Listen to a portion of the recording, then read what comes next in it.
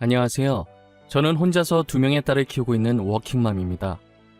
저의 신세가 너무 쪽팔려서 감히 어디다 말할 용기가 나지 않아 어디에도 풀어놓지 못했던 제 이야기를 익명 뒤에 숨어서라도 속 시원하게 털어놓고자 이렇게 사연을 보내게 되었습니다. 저는 결혼 전까지 줄곧 부산에서 살고 있었고 남편은 서울에 살고 있었는데, 남편이 부산에 출장 왔다가 우연히 카페에서 저를 발견했고 제게 한눈에 반해 만나게 되었어요. 서울과 부산, 거리가 먼 롱디 커플이었지만 왕복 8시간 걸리는 거리도 저희의 사랑을 이길 수 없었어요. 저희는 일주일에 한 번씩 1박 2일로 꼭 서로 부산과 서울을 왕복하며 만남을 계속 이어갔어요. 그러다 서로의 얼굴을 못 보는 시간이 아까워졌고 헤어짐도 아쉬워 결혼을 결심하게 되었어요. 아무래도 보통 결혼을 하면 남편을 따라가서, 저도 서울로 올라가기 위해 신혼집을 서울로 알아보고 있으니 저희 부모님께서 많이 아쉬워하셨었어요. 솔직히 저도 고향인 부산을 떠나고 싶지 않았어요. 남편을 설득해보려고 했지만 설득이 되지 않아서 제가 가기로 한 것이었거든요. 서울 사람들이 보기엔 부산이 지방이라 저도 일반적인 촌사람이라고 생각할 수 있지만, 나름 부산에서 부자들이 산다는 동네에서 살며 부족함 없이 컸어요. 반면 시댁은 서울에 살지만 대출을 끌어서 겨우 전셋집에 살고 있었어요. 저는 결혼하면서 부모님이 도와주신 돈과 제가 모아온 돈, 그리고 대출을 조금 받아서 집을 장만했죠. 시댁 전세금으로 빚 갚으라고 하고 시어머니를 저희 신혼집에 모시고 살았었어요. 저는 아무래도 연애 결혼을 했다 보니 연애했던 감정 그대로 알콩달콩 닭살 돋는 애정행각을 하다가도 가끔은 투닥거리며 싸우기도 하며 행복하게 잘 살 수 있을 줄 알았어요. 하지만 제가 로맨스 드라마를 너무 많이 봐서 현실과 너무 다른 환상만 키워왔던 걸까요? 남편은 여느 남편과 똑같이 저에 대한 사랑이 점점 식어가고 다른 사람처럼 변해가기 시작했어요. 남편의 애정이 식어가기 시작한 건 제가 둘째를 낳고 나서였어요. 제가 둘째를 낳던 날 남편은 더 이상 제가 여자로 보이지 않는다고 말했어요. 첫째 낳을 땐 회사의 중요한 프로젝트 때문에 제가 아이를 낳는 모습을 보지 않았었거든요. 둘째 낳았을 땐 남편이 연차를 내서 처음부터 끝까지 제 곁을 지켜줬었단 말이에요. 그런데 제가 회복실로 오자 충격받았다는 듯이 저를 쳐다보더라고요. 당신 표정이 왜 그래? 혹시 우리 아이한테 무슨 일 있대? 분명 아까 애기 건강하게 태어났었는데 잠깐 사이에 무슨 일 생긴 거야? 아니, 내가 당신 애 낳는 모습 이번에 처음 봤잖아. 원래 이런 거야? 애 낳는 모습이 너무 징그러워. 괜히 봤어. 수고했다고, 잘했다고 해도 모자랄 판에 힘들게 애 낳고 온 사람한테 왜 그런 말을 해? 괜히 봤다니, 징그럽다니. 도대체 뭐가 징그러워? 신비롭지. 신비롭다고? 아니야, 징그러워. 내 기억에서 지우고 싶어. 그리고 미안한데 당신이 더 이상 여자로 안 보여. 저는 남편의 마지막 한마디에 머리를 망치로 맞은 듯한 느낌이 들었어요. 제가 안 그래도 둘째를 출산하기 며칠 전에 글을 하나 읽은 게 있었거든요. 아내의 출산을 지켜본 후에 남편이 더 이상 자신의 아내가 여자로 보이지 않는다고 정 떨어진다는 글을 본 적이 있었어요. 당시 그 글을 읽을 땐 남편이라는 사람이 어떻게 저런 말을 할 수 있지 했었는데, 제 남편이 그 남자와 똑같은 말을 해서 너무 충격이었어요. 너무 충격적이라 제가 한동안 정신을 차릴 수가 없더라고요. 친정 부모님이 올 때까지 넋이 나간 사람 마냥 멍하니 천장만 바라보고 있었어요. 친정 부모님이 병실 문을 열고 들어오는데 눈물만 나는 거예요. 제가 얼굴 보자마자 눈물을 터뜨리니 부모님은 영문도 모른 채 우는 저를 따뜻하게 안아주었어요. 괜히 엄마가 속상해할까봐 남편 이야기는 하지 않았고 아이 낳는 게 힘들어서 울었다고 둘러댔어요. 남편은 산후조리를 마치고 집에 들어온 저에게 늘 짜증만 가득했어요. 시어머니께서도 또 딸이라며 저와 딸들을 보며 한숨을 쉬셨죠. 저는 둘째를 낳은 뒤부터 남편과 시어머니의 눈치를 보기 바빴어요. 첫째를 낳았을 땐 임신 전 몸으로 빨리 돌아왔는데 둘째를 낳고 나선 몸이 돌아올 생각을 안 하더라고요. 아무리 운동을 열심히 해도 예전 몸으로 돌아가기 쉽지 않았어요. 남편은 그런 제 가슴에 또다시 비수를 꽂았어요. 당신 운동을 하긴 하는 거야? 대충 하는 신용만 하는 거 아니고? 살이 왜 그대로야? 가슴도 보기 안 좋게 축 처져 있고. 제발 관리 좀 해. 나도 예전 몸으로 돌아가고 싶어. 누구보다 간절하다고. 열심히 운동하는데도 안 되는 걸 나보고 어떡하라는 거야? 더 열심히 해야지. 당신이 부족했나 보지. 내 친구 와이프는 애셋 낳고도 아주 쭉쭉 빵빵이더라. 연애할 때보다 몸 좋다고 난리던데 당신은... 아휴, 그냥 말을 말자. 남편은 급기야 친구 와이프와 제 몸을 비교하며 막말을 했어요. 남편이 한숨을 쉬는 동시에 제 자존감도 땅 밑까지 내려가더라고요. 남편에게 다른 사람의 아내 몸매 이야기를 들으니 정말 자괴감이 들었어요. 하지만 저는 그때부터 예전 몸으로 돌아가려고 애쓰지 않았던 것 같아요. 괜히 남편 말에 자극받지 말고 있는 그대로 제 자신을 사랑하며 살자는 생각을 했어요. 남편이 저한테만 마음이 식어갔던 게 아니었어요.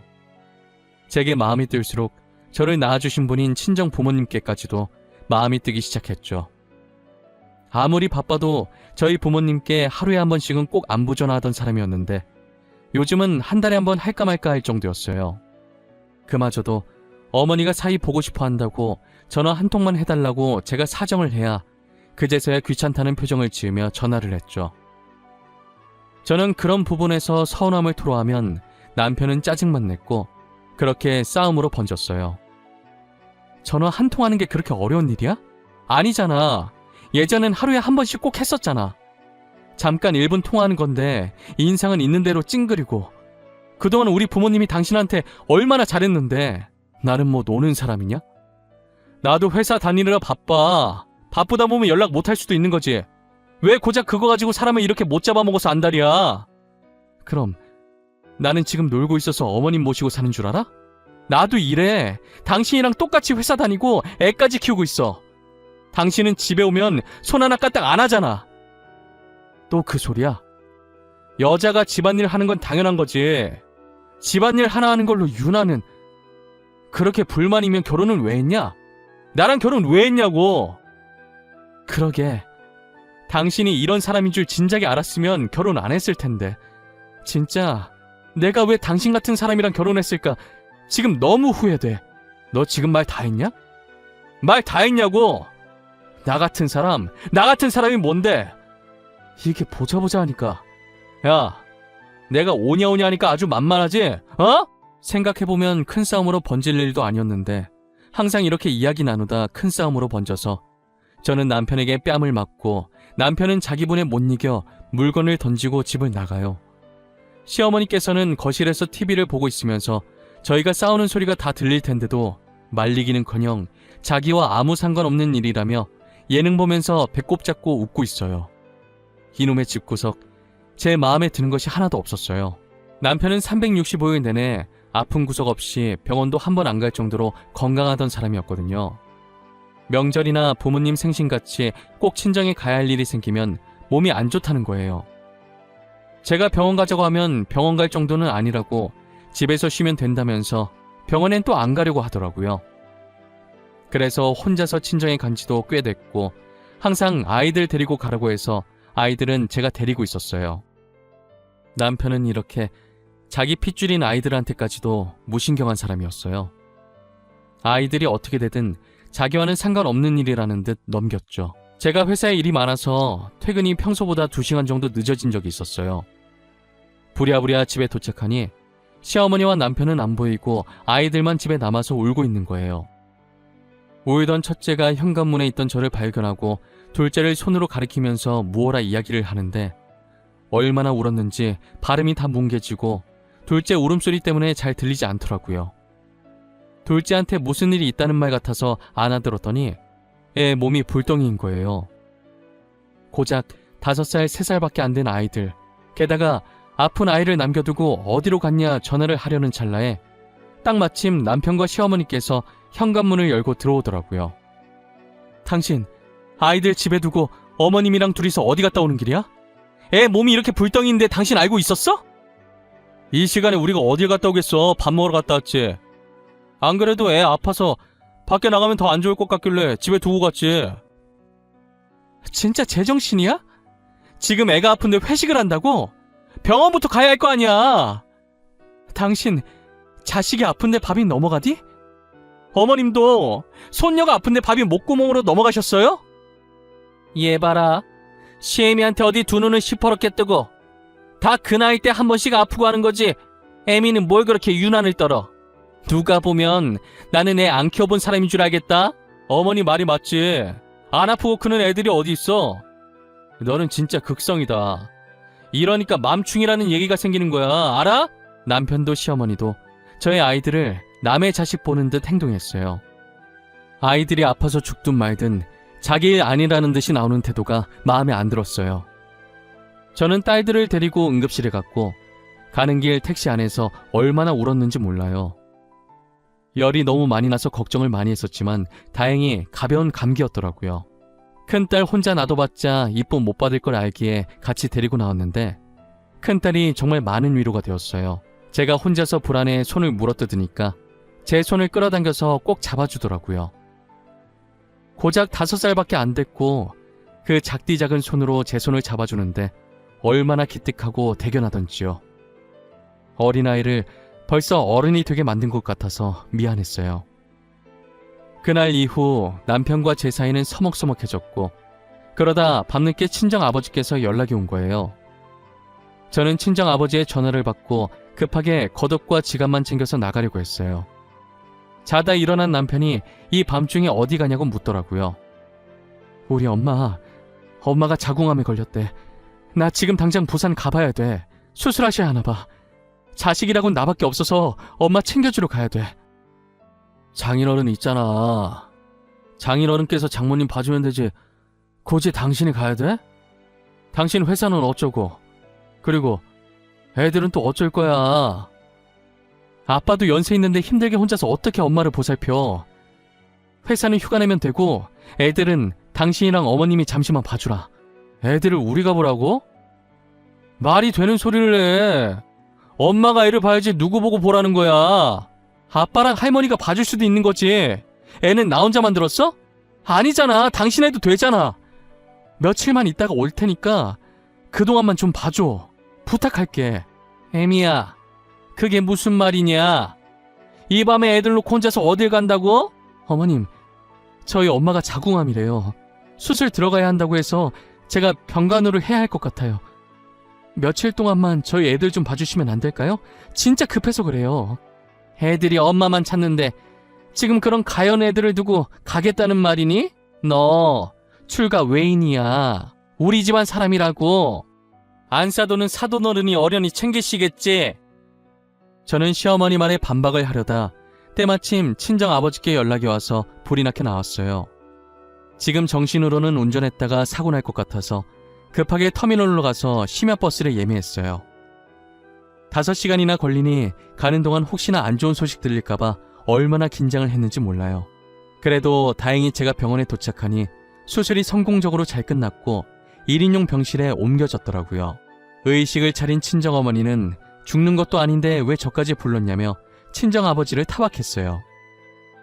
아무래도 매 명절마다 혼자 애들 데리고 부산 내려가니 대충 눈치를 채신 것 같았어요. 제가 서울에서 대접받고 살지 못하고 있다는 것을요.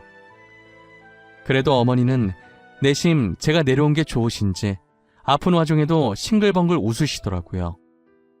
제가 어머니 병실을 지키는 동안 제 휴대전화는 불이 났어요. 시도 때도 없이 남편과 시어머니께 전화가 왔었거든요. 전화를 받지 않자 당장 전화 받으라고 아이를 인질로 협박을 하더라고요. 그래서 어쩔 수 없이 병실에서 조용히 나와 화장실 가서 몰래 통화를 했어요. 남편이랑 시어머니 전화를 쌩까? 네가 겁대가리를 상실했구나. 당장 서울로 올라와. 지금 어머니 너 오기만을 기다리고 있어. 지금 벼르고 계시니까 단단히 각오하고 올라오는 게 좋을 거야. 당장 어떻게 가? 엄마 수술한 지 이제 하루 지났어. 내가 한 달을 있다가 가는 것도 아니고 고작 4일 있다가 가는 건데 그걸 못 기다려? 다른 사람도 아니고 부모님이 아픈 거잖아. 너 우리 어머니 말을 어디로 들은 거야? 딸은 시집가면 출가 외인이라잖아. 당신 우리 집 일이나 신경 써. 지금 당신 없다고 어머니 밥도 안 드시고 있다고. 잠깐 전화 좀 이리 줘봐라. 얘 애미야, 도대체 안사도는 뭘 했길래 자궁에 암이 걸리니? 너무 문란하게 논 거 아니라니? 그렇지 않고서야 자궁에 암이 왜 걸려? 어머님, 왜 말을 그렇게... 제발 말 함부로 하지 마세요. 사람 화나게 하지 마시라고요. 저희 부모님, 어머님한테 그런 말 들으실 분 아니에요. 예정대로 3일 뒤에 올라갈 거니까 그런 줄 아세요. 저는 시어머니의 도가 지나친 말에 너무 화가 나서 전화를 끊어버렸어요. 누구보다 열심히 사셨던 저희 어머니신데 왜 그런 말을 들어야 하는지 모르겠더라고요. 그렇다고 제가 시댁과 친정을 차별한 것도 아니에요. 어느 한쪽으로 치우치지 않고 똑같이 행동했지만 시댁은 저한테 왜 이렇게까지 하는지 모르겠어요. 시어머니랑은 한 집에서 매일 마주하면서 어쩌다 한번 친정에 가면 저 난리를 치시니 어쩔 줄 모르겠고, 더군다나 부모님이 아파서 온 건데도 뭐가 저렇게 불만들인지 모르겠어요. 계속 이러고 살아온 제 신세도 너무 처량하고 아무런 잘못도 없이 시어머니께 그런 소리 듣는 저희 친정어머니도 너무 불쌍했어요. 잠든 어머니의 얼굴을 가만히 보고 있으면 너무 죄송해서 눈물이 났어요. 이렇게 살라고 귀하게 키운 딸이 아닌데, 이런 말 들으려고 열심히 산 게 아닌데 너무 죄송했죠. 이 모든 것이 다 저 때문이라고 생각했어요. 제가 그 집안에 시집만 가지 않았더라면 모진 말을 듣지 않아도 됐을 텐데 말이에요. 하지만 이제 와서 후회해봤자 어쩌겠어요. 이미 애도 둘씩이나 낳고 더 이상 돌이킬 수 없는 강을 건넌 것을요. 가여운 아이들을 봐서라도 제가 꼭 참고 견뎌야 했어요. 저는 어머니께서 퇴원할 때까지 열심히 병간호를 했어요.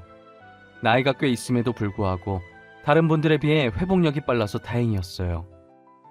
첫날엔 너무 아파서 밥을 못 드셨는데 이틀째부터는 밥도 잘 드셨어요. 밥 잘 챙겨 드시고 잘 웃으시는 거 보니 안심돼서 다시 서울로 올라왔어요. 집으로 돌아오니 남편과 시어머니께서 반기시더라고요. 물론 반가워서 반기는 게 아니라 어디 한번 죽어봐라 식으로 반기셨죠. 제가 신발을 벗고 들어가려고 하니 시어머니께서는 내 앞에 가방 하나를 던지시는 거예요. 시엠이랑 남편 말 안 듣고 나갔을 땐 이 정도 각오는 했겠지? 안 그래? 꿇어. 꿇고 우리한테 정식으로 사과해. 싫으면 그 가방 들고 이 집에서 나가고. 어머님, 해도 너무한 거 아니에요? 제가 뭘 그렇게 잘못했어요? 아픈 부모님 돌본 게 그렇게 잘못한 일이에요? 시엠이 남편 무서운 줄 모르고 네 마음대로 할 거면 여기서 왜 사니? 사과를 하든 집을 나가든 둘 중 하나 선택해. 진심으로 사과하면 우리도 이번 일 그냥 넘어가 줄게. 저는 솔직히 왜 이런 수모를 당하면서까지 살아야 하나 싶고 당장이라도 이혼하고 싶었어요. 가방을 들려고 할 때쯤 아이들이 방문을 열고 고개를 빼꼼 내밀어서 저희를 보는 거예요. 울 듯 말 듯 눈에 눈물을 대롱대롱 달고 있는 상태로 저를 쳐다보는데 도저히 이 아이들을 두고 갈 수가 없겠더라고요. 저 아이들을 아빠 없는 혹은 엄마 없는 아이로 만들고 싶지 않았어요. 그래서 이를 악물고 시어머니와 남편에게 무릎을 꿇었어요. 무릎 꿇은 상태로 주먹을 쥐는데 화가 나서 손이 부들부들 떨리더라고요. 죄송합니다. 다시는 이런 일 없도록 하겠습니다. 제가 생각이 많이 짧았던 것 같습니다. 한 번만 용서해 주세요. 그래, 지금 네 꼴이 딱해 보이니 마음 넓은 우리가 이번 한 번만 넘어가 주도록 하마. 딸은 출가 외인이라는 것을 잊지 말아야 한다. 너가 우리 집 식구라는 것을 잊지 말란 말이야. 결국 이렇게 될 거 애초에 부산 안 갔으면 이런 꼴도 안 봤을 거 아니야. 괜히 갔다가 애들도 다 보고 있는 데서 얼마나 쪽팔려. 시어머니와 남편은 저를 보고 비웃으면서 각자 방으로 갔어요. 치욕스러움과 분노로 섞여 온몸이 떨렸고 참았던 눈물이 흘러나왔어요. 딸들은 남편과 시어머니가 들어가는 걸 확인하고 눈치를 보며 제게 다가오더라고요. 울지 말라고 고사리 같은 손으로 제 눈물을 닦아주는데 딸 보기 너무 창피하고 미안했어요. 저는 그 뒤로 남편과 방을 쓰지 않았고 딸 방에서 딸들과 함께 지냈어요. 딸들도 많이 어려서 아직까지는 저와 같이 잠을 청하길 원했었죠. 그렇게 5년이라는 시간 동안 오직 아이만 바라보며 이런 생활을 반복했어요. 그 사이 저희 친정어머니는 완치 판정을 받고 꾸준히 건강을 챙기셨어요. 친정어머니께서 완치 판정을 받은 지 1년도 채 되지 않았을 때 시어머니께서 건강검진을 하게 되었어요. 요즘 들어 아랫배에 통증이 자주 있고 폐경을 맞이한 지 오래인데 출혈이 있다는 거예요.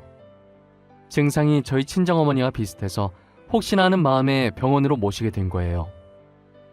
설마 하는 마음으로 시어머니의 검사 결과를 기다리고 있는데 역시나 예상했던 대로 저희 친정어머니와 똑같이 자궁암 판정을 받았더라고요.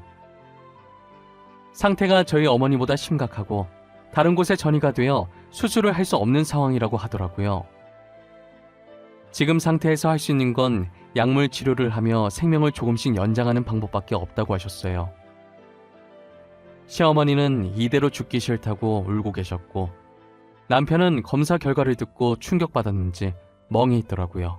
이 상태로 치료를 하지 않으면 최대 반년이고 지금부터 입원해서 꾸준히 약물 치료를 한다면 1년에서 1년 반 정도 더 살 수 있다고 하더라고요. 죽고 싶지 않아 하시는 시어머니는 당연히 입원을 하겠다고 했지만 남편이 조금 망설였어요. 일단 집에 돌아와서 어떻게 해야 할지 논의를 해보자고 했어요. 집에 도착한 세 사람은 한동안 서로 눈치를 보며 정적을 이어갔어요. 그러다 갑자기 남편이 제 손을 잡고 시어머니를 부탁한다고 하는데 어이가 없더라고요. 여보, 우리 어머니 잘 부탁해. 저렇게 살고 싶어 하시는데 1년이라도 더 살게 해드려야지. 안 그래? 당신이 일 그만두고 1년만 고생해주면 안 될까? 그래, 애미야. 일 그만두고 나랑 같이 병원에서 생활하자. 응? 안 되겠니? 너가 있으면 심심하지 않을 것 같구나. 간병인은 돈도 많이 들고 모르는 사람이라 불편할 것 같기도 하고 어머니도 당신이랑 같이 있길 원하잖아. 믿을 사람이 정말 당신밖에 없어서 그래. 내가 형제가 있는 것도 아니고 아버지가 있는 것도 아니고 누구한테 부탁을 하겠어. 진짜 웃긴다. 우리 엄마 아프다고 할 땐 못 가게 말리더니 어머님 아프다니까 나보고 일까지 그만두면서까지 어머님 병수발을 들라고? 양심이 있니? 시애미가 곧 죽을 수도 있는데 일이 대수니? 그깟 일 다시 구하면 될 것 아니야. 그리고 안 싸두는 수술해서 완치받았는데 왜 그때 일을 꺼내고 난리야? 어머님은 5년 사이에 다 잊으셨나 봐요. 저는 아직도 이렇게 생생한데 말이에요. 어머님이 그러셨죠? 문란하게 놀아서 그런 병 걸린 거라고. 어머님도 되게 문란하게 노셨나 보네요? 아니 저게 미쳤나? 뭐가 어쩌고 어째? 제정신이야? 뚫린 입이라고 아무 말이나 막 짓거리지 마. 어머님이 나한테 하신 말인데 당신도 이런 소리 들으니까 화나지? 나도 그때 엄청 화났었어. 나 어머님 병수발 들 생각 전혀 없어. 내가 왜 병수발을 들어? 잘난 아들인 네가 하면 되겠네. 저는 시어머니께서 5년 전 제게 했던 말을 그대로 시어머니께 다시 돌려주었어요. 시어머니는 아무 말도 못하고 이만 악물고 계셨고 남편이 붉어진 얼굴로 흥분해서 제게 욕을 했죠. 남편은 욕을 하다가 제가 한마디도 안 지려고 하자 다가와서 뺨을 때리려고 하길래 저는 남편이 손을 올리기도 전에 재빨리 딸방으로 들어갔어요. 그리고 딸 책상 서랍에 제가 평소 숨기고 있었던 이혼 서류를 꺼냈어요. 저는 이혼 서류를 들고 남편 얼굴에 있는 힘껏 세게 던져버렸죠. 남편은 종이를 맞고 뭐하는 짓이냐고 소리를 지르길래 저는 손가락으로 종이를 가리키면서 여유로운 표정으로 저게 뭔지 한번 보라고 했어요.